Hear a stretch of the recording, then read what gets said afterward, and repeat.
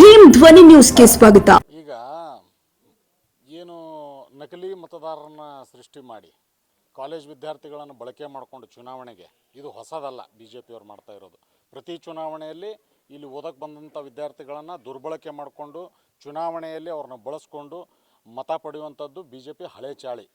ಅದೇ ಪ್ರಕಾರ ಅನೇಕ ಜನ ವಿದ್ಯಾರ್ಥಿಗಳು ಇಲ್ಲೇನು ಓದ್ಲಿಕ್ಕೆ ಬಂದಿರತಕ್ಕಂಥ ವಿದ್ಯಾರ್ಥಿಗಳಿದ್ದಾರೆ. ಅವರು ನಮ್ಮ NSUI ಜಿಲ್ಲಾ ಘಟಕಕ್ಕೆ ಅವರು ತಮ್ಮ ಅಳಲನ್ನು ತೋಳ್ಕೊಂಡಾಗ ಅದನ್ನು ನೋಡಬೇಕು. ಯಾಕಂತಂದ್ರೆ ಈ ರೀತಿ ಪ್ರಜಾಪ್ರಭುತ್ವ ವ್ಯವಸ್ಥೆಯಲ್ಲಿ ದಬ್ಬಾಳಿಕೆಯಿಂದ ಅಥವಾ ಬಲಪ್ರಯೋಗದಿಂದ ಮತ ಪಡಿತಕ್ಕಂಥದ್ದು ಅದು ಕಾನೂನು ಬಾಹಿರವಾಗಿರ್ತಕ್ಕಂಥ ಚಟುವಟಿಕೆ. ಅದನ್ನು ತಡಿಬೇಕು ಅಂಥೇಳಿ NSUIನ ಕಾರ್ಯಕರ್ತರು ಅಲ್ಲಿ ಹೋಗಿ ಆ ಕರಪತ್ರವನ್ನು ಅದರಲ್ಲಿ ಒಂದು 3-4 ಪಾಯಿಂಟ್ಗಳನ್ನು ಮಾಡಿದ್ದಾರೆ. ಅವರು ಕರಪತ್ರದಲ್ಲಿ ಈ ರೀತಿ ನಿಮ್ಮನ್ನು ಯಾರಾದರೂ ಪ್ರೆಷರೈಸ್ ಮಾಡ್ತಿದ್ರ ನಮಗೆ ತಿಳಿಸ್ರಿ ಅದಂಥೇಳಿ ಜಿಲ್ಲಾಧ್ಯಕ್ಷರು ತಮ್ಮ ಕೆಳಗಡೆ ಫೋನ್ ನಂಬರ್ ಕೊಟ್ಟಿದ್ದಾರೆ. NSUI ಜಿಲ್ಲಾಧ್ಯಕ್ಷರು ಅದನ್ನು ಮಾಡೋಕ್ಕೆ ಹೋದಂಥ ಸಂದರ್ಭದಲ್ಲಿ ಕೇಸರಿ ಶಾಲೆ ಹಾಕ್ಕೊಂಡು ನೀವು ಕ್ಯಾಂಪಸ್ ಒಳಗೆ ಯಾಕೆ ಬಂದ್ರಿ? ಕ್ಯಾಂಪಸ್ಸು ಏನು ಬಸವೇಶ್ವರ ವಿದ್ಯಾವರ್ಧಕ ಸಂಘದ ಕ್ಯಾಂಪಸ್ಸು ಅದು BJP ಖಾಸಗಿ ಆಸ್ತಿ ಅಲ್ಲ, ಅದು ಸಾರ್ವಜನಿಕರ ಆಸ್ತಿ. ಅದು ಅಲ್ಲಿ ವಿದ್ಯಾರ್ಥಿಗಳನ್ನು ಭೇಟಿ ಮಾಡಲಿಕ್ಕೆ ಯಾರೂ ಬರಬಾರ್ದು ಅಂತಂದ್ರೆ ಇದೇನು ಸರ್ವಾಧಿಕಾರಿಗಳ ಒಂದು ಏನು ಆಡಳಿತ ನಡೆದಿದೆಯಾ? ಇಲ್ಲಿ ವಿದ್ಯಾರ್ಥಿಗಳು ಹೋದಾಗ ಮತ್ತು ಅವ್ರು ಹೇಳ್ಬೋದು, ಯಾಕಂದ್ರೆ ಫ್ರೀ ಆ್ಯಂಡ್ ಫೇರ್ ಎಲೆಕ್ಷನ್ ನಡಿಬೇಕಾಗಿರ್ತಕ್ಕಂಥದ್ದು ಪ್ರಜಾಪ್ರಭುತ್ವ ವ್ಯವಸ್ಥೆಯ ತಳಹದಿ. ಅದು ಯಾರೇ ಆಗಲಿ ಅವರು ಒಂದು ವೇಳೆ ಅವ್ರ ವಿದ್ಯಾರ್ಥಿಗಳು ಅವರಿಗೆ ಮತ ಕೊಡ್ತಿದ್ರೆ ಯಾರ್ದು ಪ್ರಾಬ್ಲಮ್ ಇಲ್ಲ. ಆದ್ರೆ ಬಲಪ್ರಯೋಗ ಮಾಡಿ ವಿದ್ಯಾರ್ಥಿಗಳಿಗೆ ಮಾರ್ಕ್ಸ್ ಕೊಡೋದಿಲ್ಲ, ವಿದ್ಯಾರ್ಥಿಗಳಿಗೆ ನಾವು ಎಕ್ಸಾಮಲ್ಲಿ ನಾವು ಇದು ಮಾಡ್ತೀವಿ ಅಂತ ಹೇಳಿ ಆರೋಪಗಳು ಬಂದಾಗ ಅದು ಕೇಳಬೇಕಾಗಿರ್ತಕ್ಕಂಥದ್ದು ವಿದ್ಯಾರ್ಥಿ ಸಂಘಟನೆಯ ಜವಾಬ್ದಾರಿ. ಅದು ಅದು ಅದು ಅಧ್ಯಕ್ಷರ ಜವಾಬ್ದಾರಿ. ಅದನ್ನು ತಿಳ್ಕೊಳ್ಳಿಕ್ಕೆ ಅವ್ರು ಒಳಗಡೆ ಹೋದಂಥದ್ದು. ಮತ್ತು ಕೇಸರಿ ಶಾಲೆ ಏನಿದೆ BJPಗೆ ಯಾರೂ ಖರೀದಿ ಕೊಟ್ಟಿಲ್ಲ. ಯಾರು ಬೇಕಾದರೂ ಕೇಸರಿ ಶಾಲೆ ಹಾಕ್ಬೋದು. ಅದೇನು BJP ಶಾಲ್ ಅಲ್ಲ. ಅದು ಏನು ನಮ್ಮ ಕಾಂಗ್ರೆಸ್ ಶಾಲ್ನಲ್ಲಿ ತ್ರಿವರ್ಣ ಧ್ವಜದ ಸಂಕೇತ ಏನೈತಲ್ಲ ಅದರಲ್ಲಿ ಕೇಸರಿ ಬಣ್ಣನೂ ಇದೆ. ಆ ಕೇಸರಿ ಶಾಲನ್ನು ಕೇಸರಿ ಶಾಲ್ ಹಾಕಿದವರೆಲ್ಲ BJP ಕಾರ್ಯಕರ್ತರಲ್ಲ. ಯಾಕೆ ಹಾಕಬಾರ್ದು? ಕೇಸರಿ ಶಾಲನ್ನ ಹಾಕೊಂಡಿರ್ಬೋದು, ಅವ್ರ ವೈಯಕ್ತಿಕ ವಿಚಾರ. ಅದು ಕೇಸರಿ ಶಾಲೆ ಹಾಕೊಂಡು ಹೋಗಿದ್ದು ಮಾತ್ರಕ್ಕೆ ಅಪರಾಧ ಹೆಂಗಾಗ್ತದೆ? ಅದು ಆಮೇಲೆ ಕಾಲೇಜ್ ಕ್ಯಾಂಪಸ್ನಲ್ಲಿ ಹೋಗಿದ್ದು ಅಪರಾಧ ಹೆಂಗಾಗತ್ತೆ?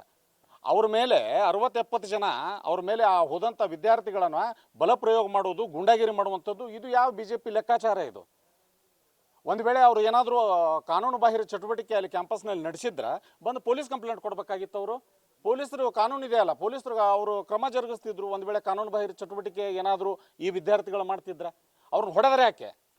ಅವ್ರನ್ನ ಹೊಡೆದು ಗುಂಡಾಗಿರಿ ಮಾಡಿ ಮತ್ತು ಪೊಲೀಸ್ ಸ್ಟೇಷನ್ ಮುಂದೆ ಬಂದು ಘೋಷಣೆಗಳನ್ನು ಕೂಗಿ ಕುಂತ್ಕೊಂಡು ಹಾಡ್ತಾರೆ ಅಲ್ಲಿ. ಅಂದ್ರೆ ಇದು ಸ್ಪಷ್ಟವಾಗಿ BJPಯ ಸೋಲಿನ ಹತಾಶೆಯ ಪ್ರತೀಕ. ಇದು ಸೋಲ್ತೀವಿ, ಏನಾದರೂ ಮಾಡಿ ಈ ಚುನಾವಣೆಯನ್ನು ಡಿಸ್ಟರ್ಬ್ ಮಾಡೋಣ, ಈ ಚುನಾವಣೆಯಲ್ಲಿ ಮತ್ತೆ ಯಾವುದಾದ್ರೂ ಒಂದು ಹಿಂದೂ ಮುಸ್ಲಿಮೋ ಯಾವುದೋ ಒಂದು ವಿಷಯನ ತೆಗೆದು ಗಲಭೆ ಎಬ್ಬಿಸಿ ಅದರ ಲಾಭ ಪಡ್ಕೊಂಡು ಏನಾದರೂ ಚುನಾವಣೆಯನ್ನು ಗೆಲ್ಲಬೇಕು ಅಂಥೇಳಿ BJPಯವರು ಏನಾದರೂ ಕನಸುಗಳನ್ನು ಕಂಡಿದ್ರೆ ಅದು ತಿರುಕನ ಕನಸದು. ಈ ಚುನಾವಣೆಯಲ್ಲಿ ಸ್ಪಷ್ಟವಾಗಿ ಕಾಂಗ್ರೆಸ್ ಗೆದ್ದೇ ಗೆಲ್ತದೆ. ಅದು ಹತಾಶೆ ಅವರಿಗೆ. ಖಂಡಿತವಾಗಿ ಕಂಪ್ಲೇಂಟ್ ನಾವು ಕೂಡ ಪೊಲೀಸ್ ಸ್ಟೇಷನ್ಗೆ ಹೋಗಿ ಅಲ್ಲೆಲ್ಲ ಕಾರ್ಯಕರ್ತರಿಗೆ ಧೈರ್ಯ ಹೇಳಿ ಯಾವುದೇ ಕಾರಣಕ್ಕೂ ಯಾರು ಅವ್ರ ಮೇಲೆ ಹಲ್ಲೆ ಮಾಡಿದ್ದಾರೆ ಅವರನ್ನು ಗುರುತಿಸಿ ಅವ್ರ ಮೇಲೆ ಕಾನೂನು ರೀತಿ ಕ್ರಮ ಜರುಗಿಸಬೇಕು ಅಂಥೇಳಿ ನಾವು ಒತ್ತಾಯ ಮಾಡಿ ಬಂದಿದ್ದೀವಿ. ತಮ್ಮ ಮೂಲಕ ಕೂಡ ನಾವು ಒತ್ತಾಯ ಮಾಡ್ತೀವಿ. ಆಮೇಲೆ ಜವಾಬ್ದಾರಿ ಸ್ಥಾನದಲ್ಲಿರ್ತಕ್ಕಂಥ BJP ನಾಯಕರುಗಳು ಸತ್ಯಾಸತ್ಯತೆ ಅರ್ಥ ಮಾಡಿಕೊಂಡು ಪತ್ರಿಕೆಗೆ ಹೇಳಿಕೆ ಕೊಡಬೇಕು. ನಮ್ಮ ಹಿರಿಯರು, ನಮ್ಮ ಜಿಲ್ಲಾಧ್ಯಕ್ಷರು ಯಾವ ರೀತಿಯಾಗಿ ಹೇಳಿಕೆಯನ್ನು ಕೊಟ್ಟರು? ಈಗ ಎಷ್ಟು ಅಳೆದು ತೂಗಿ ಒಂದೊಂದು ಶಬ್ದಗಳನ್ನು ಮಾತಾಡಿದರು. ಯಾರು ತಪ್ಪು ಮಾಡಿದಾರೋ ಅವ್ರ ಮೇಲೆ ಅದನ್ನು ಕ್ರಮ ಜರುಗಿಸ್ಲಿಕ್ಕೆ ಕಾನೂನಿದೆ ದೇಶದಲ್ಲಿ. ಇದೇನು ಸರ್ವಾಧಿಕಾರಿ ಆಡಳಿತ ನಡೆದಿಲ್ಲ ಇಲ್ಲಿ ದೇಶದಲ್ಲಿ.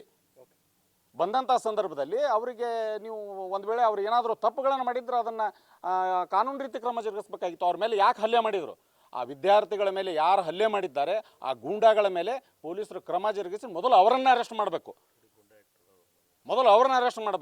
ಅದರಲ್ಲಿ ಹೊಡೆಸ್ಕೊಂಡಂಥ ವಿದ್ಯಾರ್ಥಿಗಳನ್ನು ತೊಗೊಂಡು ಬಂದು ಪೊಲೀಸ್ ಸ್ಟೇಷನಲ್ಲಿ ಕೂರಿಸ್ಕೊಂಡು ಮತ್ತು ಬಂದು ಪೊಲೀಸ್ ಸ್ಟೇಷನ್ ಮುಂದೆ ಒಬ್ಬ MLC, ಮಾಜಿ MLC, ಒಬ್ಬರು ರಾಜ್ಯಸಭಾ ಸದಸ್ಯರು ಹೇಳಿಕೆ ಕೊಡ್ತಾರಂತ ಹೇಳಿದರೆ ಇವ್ರದ್ದು ಹಿಂದಿನ ಉದ್ದೇಶ ಏನು? ಇವ್ರದ್ದು ಮೊನ್ನೆ ಕೂಡ ಏನು ಪಂಕಾ ಮಸೀದಿ ಮುಂದೆ ಘಟನೆ ನಡೀತು, ಅಲ್ಲಿಯೂ ಕೂಡ 144 ಜಾರಿ ಇದ್ದಾಗ ಮಾಜಿ ಶಾಸಕರು ಜನರನ್ನು ಕಟ್ಕೊಂಡು ಹೋಗಿ ಅಲ್ಲಿ ಆ ರೀತಿಯಾಗಿರ್ತಕ್ಕಂಥ ಒಂದು ದುಂಡಾವರ್ತನೆ ಮಾಡಿದರು. ಈಗ ಈ ರೀತಿಯಾಗಿರ್ತಕ್ಕಂಥ ಘಟನೆ ಇದು ಏನೂ ಅಲ್ಲ. BJP ನಾವು ಚುನಾವಣೆಯಲ್ಲಿ ಸೋಲ್ತೀವಂತ ಸ್ಪಷ್ಟವಾಗಿ ಗೊತ್ತಾಗಿದೆ. ಅವರಿಗೆ ಗೊತ್ತಾಗಿ ಆ ಸೋಲಿನ ಹತಾಶೆಯಿಂದ ತಪ್ಪಿಸ್ಕೊಳ್ಳಿಕ್ಕೆ ಏನಾದರೂ ಒಂದು ಘಟನೆಯನ್ನು ಮಾಡೋಣ ಅಂಥೇಳಿ ಈ ರೀತಿಯಾಗಿರ್ತಕ್ಕಂಥ ಏನು ಕಾನೂನು ಬಾಹಿರವಾಗಿರ್ತಕ್ಕಂಥ ಕೆಲಸವನ್ನು BJP ಮಾಡ್ತಾ ಇದೆ. ಅಂದರೆ ಕೈ ಬಿಡಬೇಕು. ಯಾಕಂದ್ರೆ ಬಾಗಲಕೋಟೆ ನಾಗರಿಕರು ಭಾಳ ಹುಷಾರಾಗಿದ್ದಾರೆ. ಅವ್ರಿಗೆ ಗೊತ್ತಿದೆ ಯಾರು ಏನು ಮಾಡ್ತಾ ಇದ್ದಾರೆ ಊರಲ್ಲಿ ಅಂತ ಹೇಳಿ. ಅದಕ್ಕೋಸ್ಕರ ಈ ರೀತಿ ಘಟನೆಗಳಿಗೆ ಅವರು ಪ್ರಚೋದನೆ ಕೊಡೋದನ್ನು ನಿಲ್ಲಿಸಬೇಕು.